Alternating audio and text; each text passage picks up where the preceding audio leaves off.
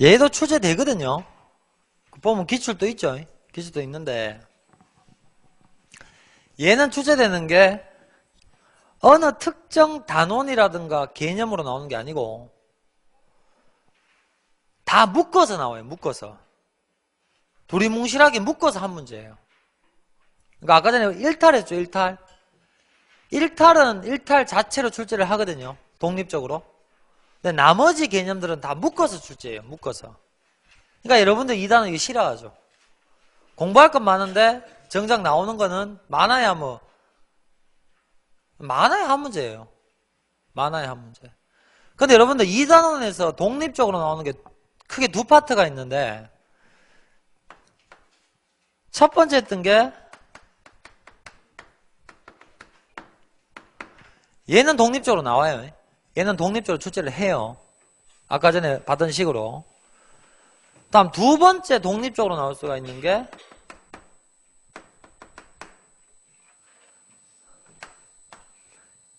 관료제, 이거 있는 거 아시죠?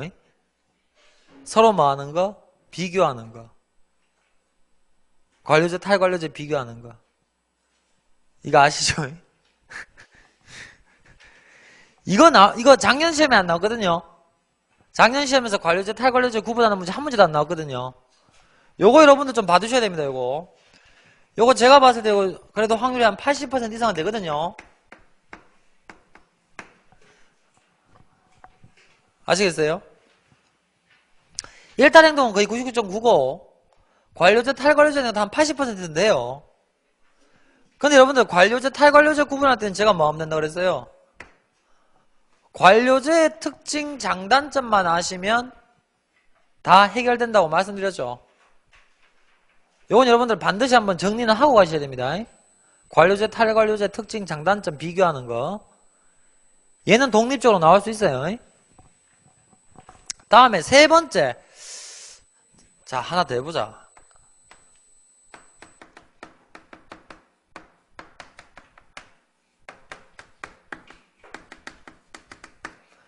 개인과 사회의 관계 물어보는 이론 두 개 있죠. 사회 실제론,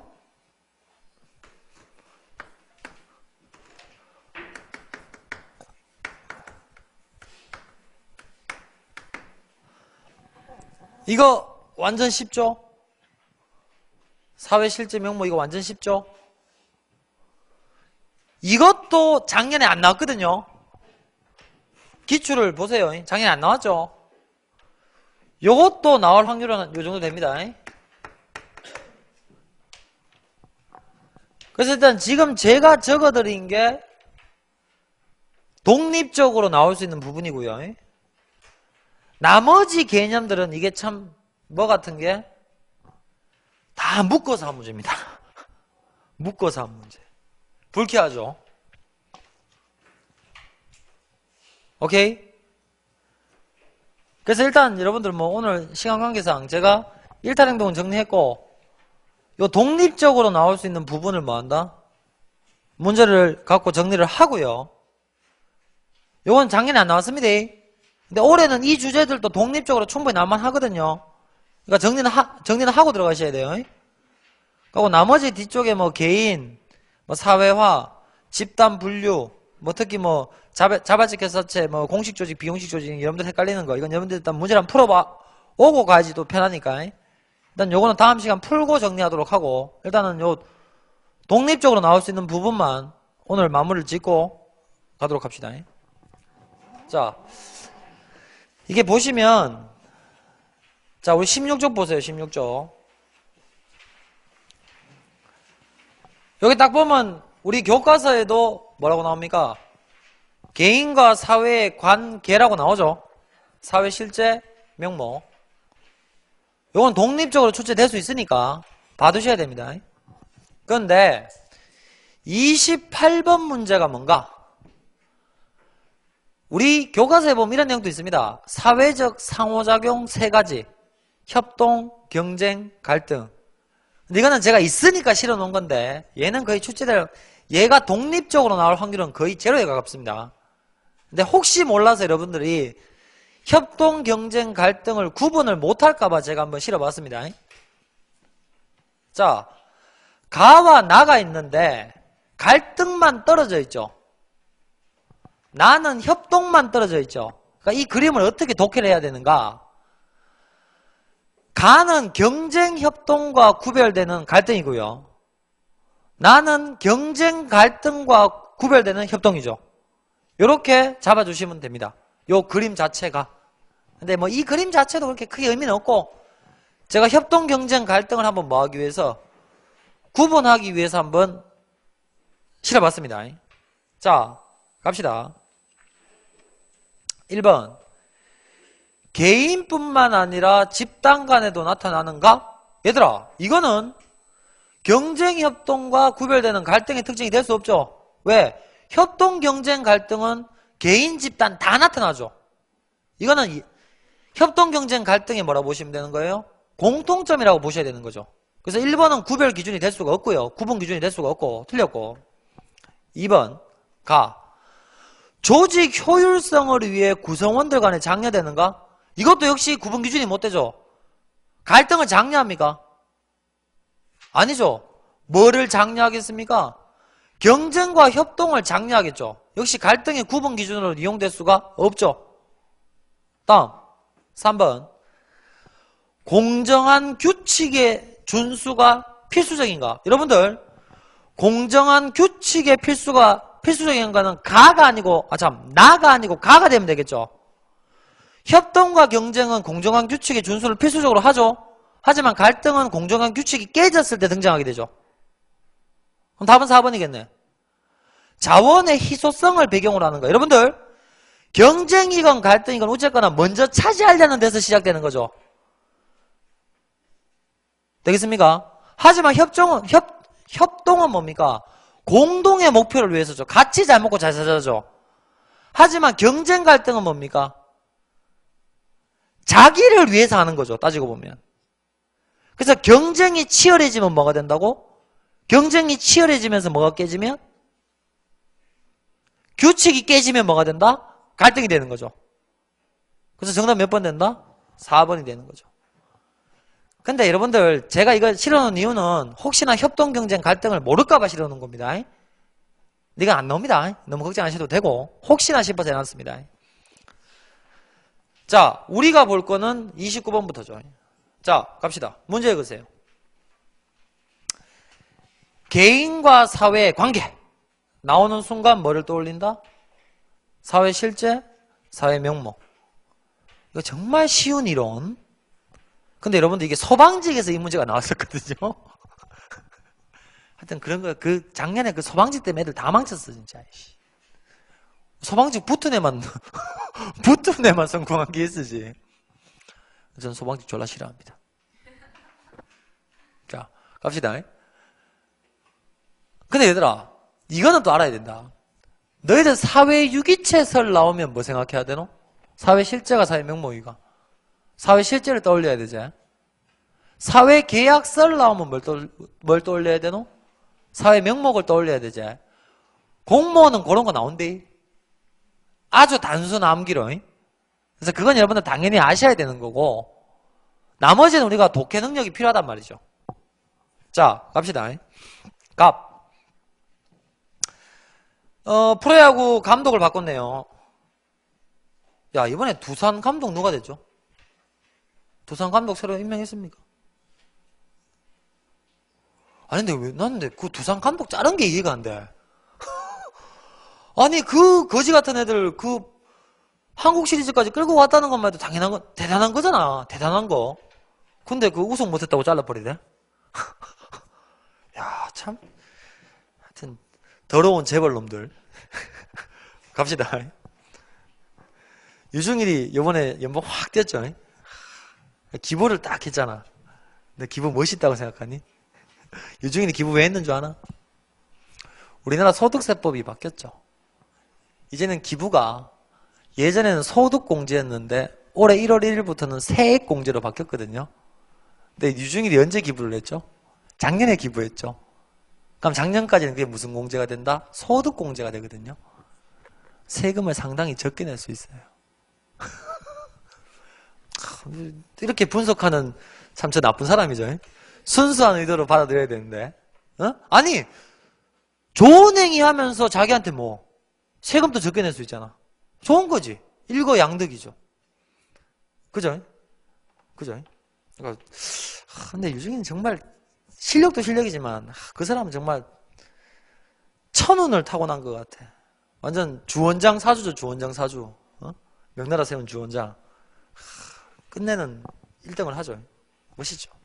참, 옛날에 몇 년 전에 감독하기 전에 제가 북구 저쪽에 침산동 살 때 1월산 숯불 돼지갈비집이 있거든요. 거기 유중일이 자주 와가지고 지인들과 함께 고기 구워서 술 먹고 그랬었는데 나 1월산 갔을 때 몇 번 봤었거든. 유중일이네 이러면서. 그때 코치할 때 그때는 동네 아저씨였거든요.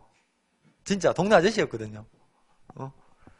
그땐 차도 SM7 타고 다니고 그랬었는데 지금은 그냥 세븐이 아니고 BMW 7시즌 이런 걸로 안 바꿨겠나 싶은데 뭔지 모르겠지만 참 우리도 이제 곧 좋은 날 있을 겁니다.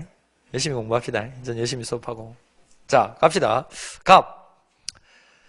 그동안 팀의 성적이 좋지 않았던 것은 감독의 능력이 부족했다. 이제 정말 실력 있는 스타 감독이 와서 팀을 지휘하면 확 바뀌지 않을까? 개인의 역량을 중요하게 여기죠. 실제의 명목이야. 명목이죠. 사회보다 개인의 영향력이 더 강하다는 입장이죠. 아니야.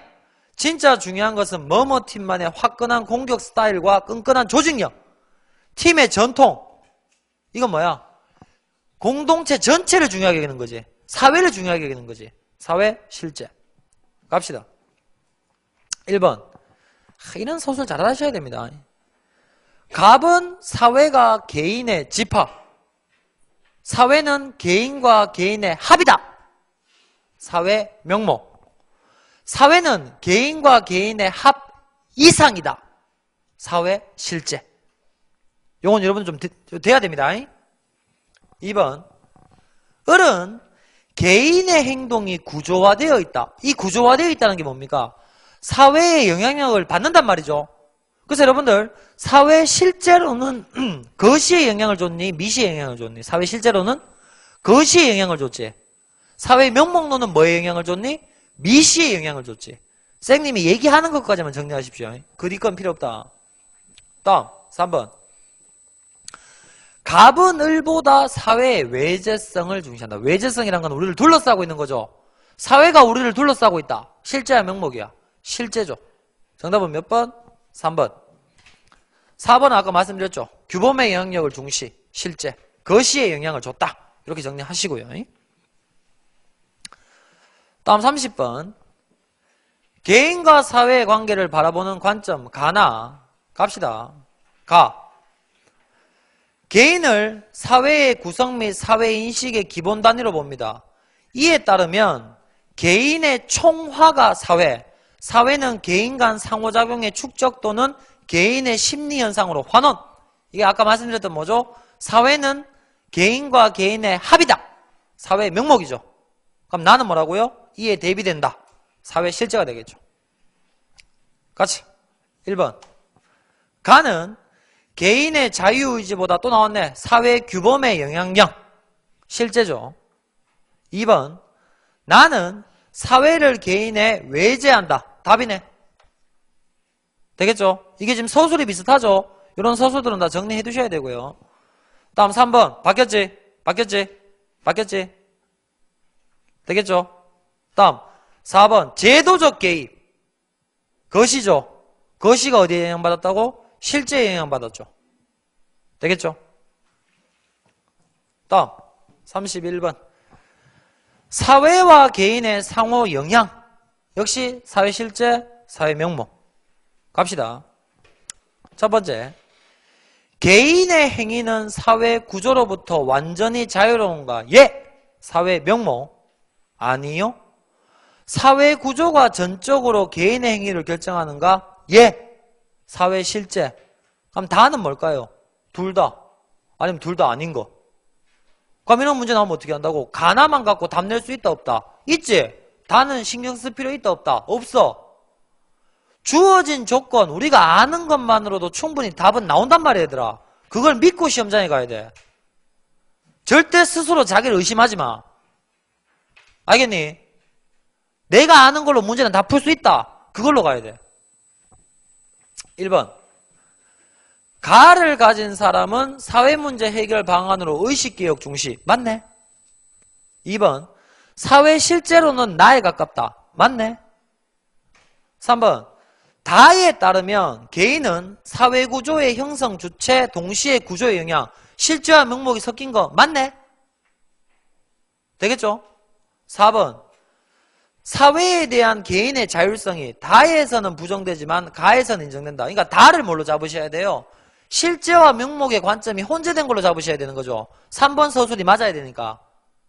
그럼 4번이 왜 틀렸습니까? 다도 사회에 대한 개인의 자율성을 인정하죠.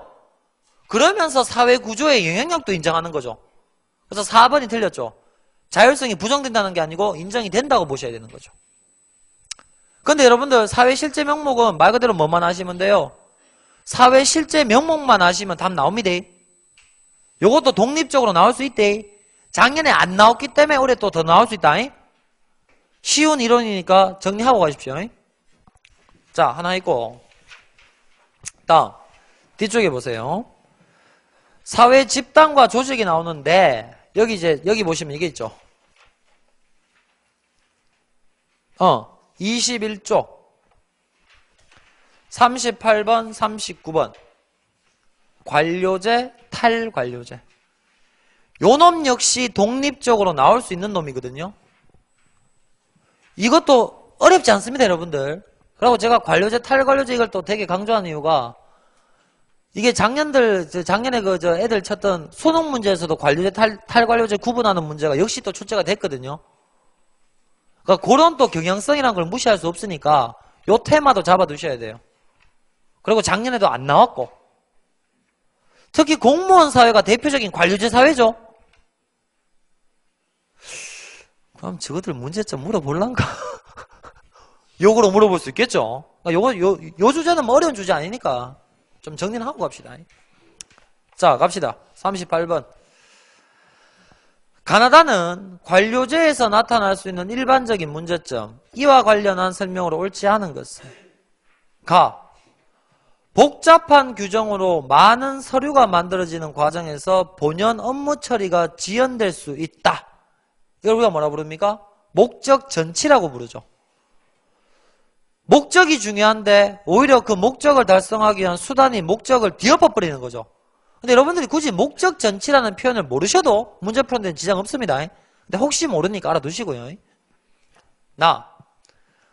의사결정권이 상위 직급에 집중, 권력 남용이나 쏠림, 말 그대로 중앙 집권에 의한 문제점이죠. 그러다 보니까 부하 직원들의 좋은 의견이 묵살되고 무식한 윗대가리들이 어떻게 된다? 기업이나 집단을 말아먹게 되는 거죠. 다음 3번. 승진시 경력을 중시, 무능한 사람이 자기 능력 이상의 자리를 차지할 수 있다. 이게 피터의 원리죠. 피터의 원리. 이게 뭐 때문에 발생합니까? 관료제는 원래는 그게 아니잖아요. 근데 여러분들 관료제 착각하면 안 된대. 공무원이 대표적인 관료제잖아. 여러분들 일단 9급으로 임용이 돼.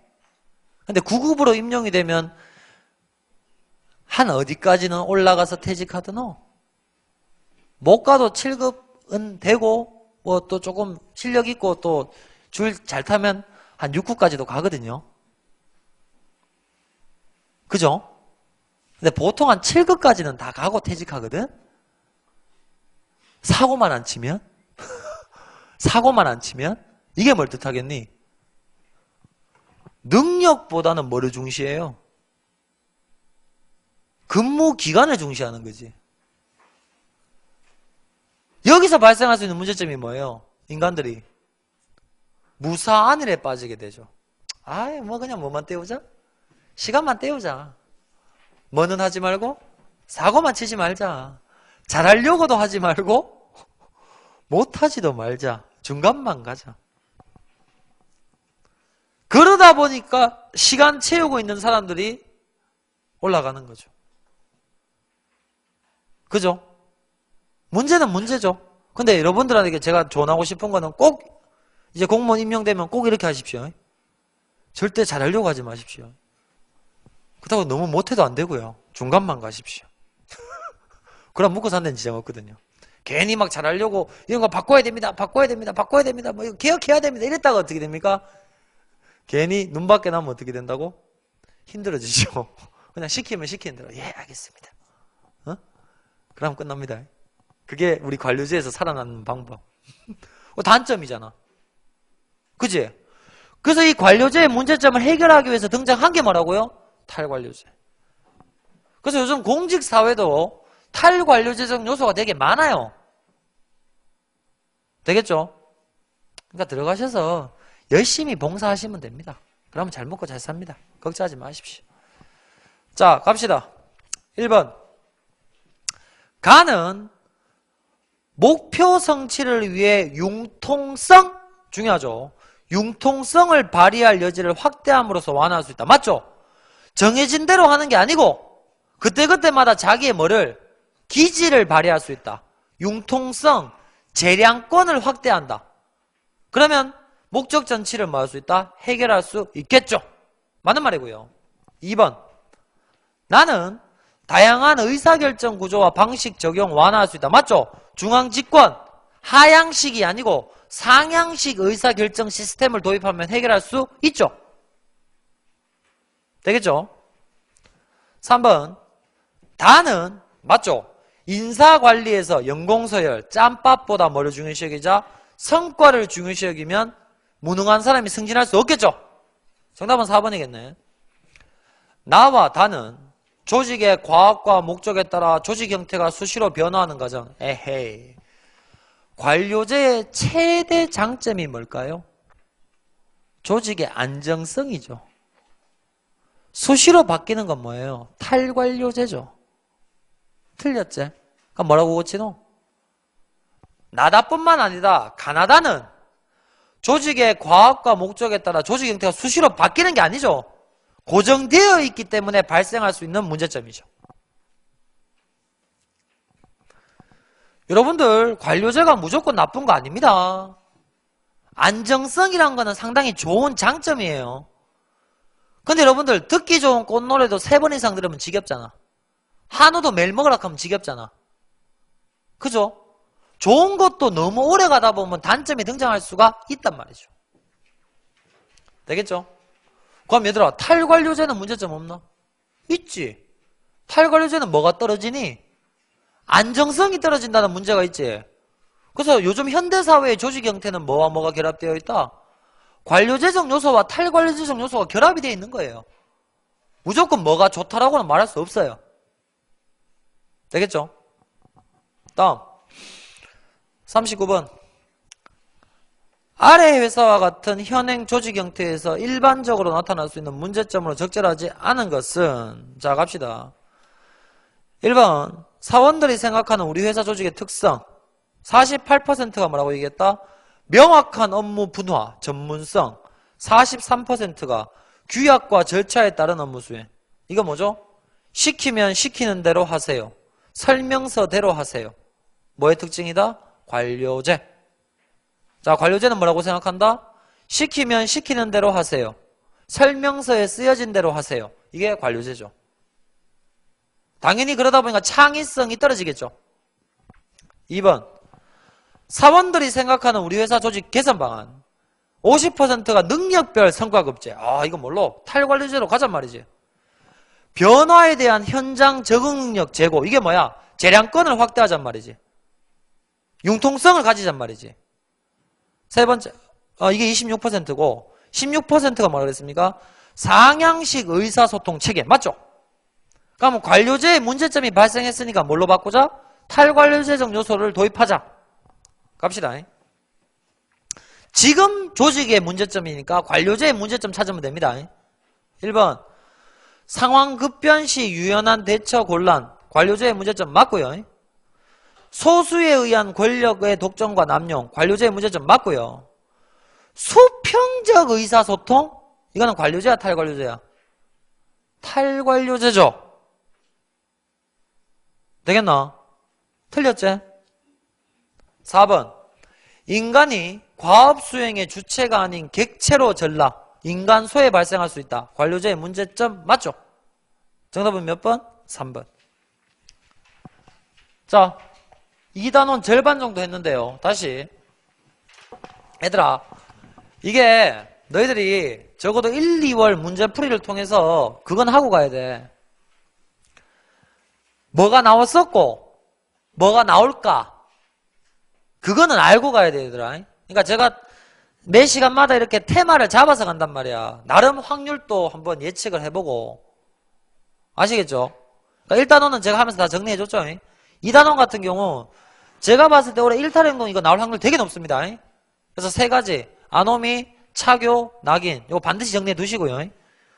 다음 관료제, 탈관료제, 개인과 사회의 관계. 이건 작년 시험에 아예 안 나왔거든요. 근데 이게 수능에서는 나오는 주제예요. 그리고 특히 얘 같은 경우는 작년 수능에도 나왔었고, 뭐 그런 근거로 인해서 얘도 한 80%까지는 보니까 여러분들이 어려운 개념 아니고 어려운 이론 아니니까 한 번은 정리를 하고 가셔야 돼요. 아시겠죠? 자, 그러면 이렇게 합시다. 다음 시간에 제가 뭐 사회문화를 2주를 한다고 얘기했는데 오늘 뭐 제가 뭐 오리엔테이션 뭐 좀 하고 이러다 보니까 좀 시간이 지체가 됐는데 일단은 다음 주까지 다른 거 말고요. 사회문화 부분 57쪽에 100번까지죠. 요거를 다 풀어 오십시오. 다 풀어 오십시오. 그리고 이제 제가 이거는 해설은 없습니다. 해설은 이제 수업 시간에 해설로 있으니까 그거는 제가 그 데스크에도 있으니까 그건 여러분들 답이 필요한 친구들은 가서 받아가세요. 근데 지금 오늘 당장 받아가지 마시고요. 또 괜히 사람이 또 뭐 견물생심이라고 또 뭐 푸다가 안 풀리고 가면 볼 수도 있고 그러니까 뭐 좀 이렇게 다 풀어놓고 채점한다는 용도로 어떻게 됩니까? 받아가시면 좋을 것 같아요. 나머지 과목 다 돼 있으니까 저 데스크 가서 원장님이나 뭐 과장님, 실장님한테 출력해 주세요. 그럼 바로 해줄 겁니다. 그렇게 받아가시면 되고 일단은 다음 시간부터는 문제를 좀 제발 다 풀어오고 그 문제를 여러분들이 풀어와야지 저도 문제풀이만 빠른 게 아니고 개념이나 이론 정리하면서 문제풀이가 빠르게 갈 수 있으니까 여러분들이 좀 문제를 다 풀어오셔야 되고요. 다음에 이제 그 작업도 좀 해보세요. 기출이 도대체 어떻게 나왔는가? 그래서 공통적으로 출제된 그런 내용들 있죠. 그런 거는 반드시 나올 거니까 그런 건 여러분들이 미리미리 어떻게 된다고 좀 뭐 서브 노트를 만드시든지 저는 뭐 서브 노트 만들어주고 그런 짓 안 합니다. 여러분들이 하세요. 여기 노트 이런 거 있으니까 노트 옆에다 정리를 하시든지 해서 어떻게 된다고 요 책을 여러분들 뭐 이론서 및 문제집으로 어떻게 된다. 여러분들이 스스로 한번 만들어 보십시오. 그러고 난 뒤에 요거 하고 다음 달 말고 다다음 달에 이제 파이널 들어가는 거 모의고사 같은 거 있죠. 그거 갖고 이제 여러 번 반복을 해서 가시면 제 생각에 만약에 문제 난이도가 작년만큼 나온다. 국가직, 지방직의 경우 서울시 말고 만약에 서울시 같이 나오면 만점 나옵니다. 서울시 같이 나오면 만점 나옵니다. 근데 국가직, 지방직 같이 나와도 제가 봤을 때는 한 90점은 나옵니다. 근데 여러분들 아유 뭐 100점이 나와야지 90점이 나온다고 그건 안 되고요. 왜? 시간 때문에 안 돼요. 시간이 오래 걸리는 문제는 우리가 포기하고 갈 수밖에 없어. 나중에 남으면 풀더라도. 근데 만약에 작년 시험 난이도만큼 나온다. 근데 90점이 나온다. 그럼 여러분들 그건 대박입니다. 대박입니다. 여러분들. 그러니까 우리가 일단 뭐 난이도에 따라 다르겠지만 작년 국가직, 지방직을 본다 그러면 한 90점 이상만 맞자. 만약에 서울시처럼 나온다. 그럼 목표는 만점이고요. 그래가지고 한 2달 동안 열심히 하시고 제가 미리 광고를 드리는데 어떻게 보면 정말 더 엑기스의 중요한 거는 마지막 파이널에 있거든요. 3월달에 고수업도 미리. 내가 원장님한테 미리 등록하면 뭐 좀 할인해 주는 거 한번 물어볼게. 미리 좀 해놓고. 그래 가도록 합시다. 자, 다음 주에 그 문제 다 풀어서 마무리하도록 합시다. 수고하셨습니다.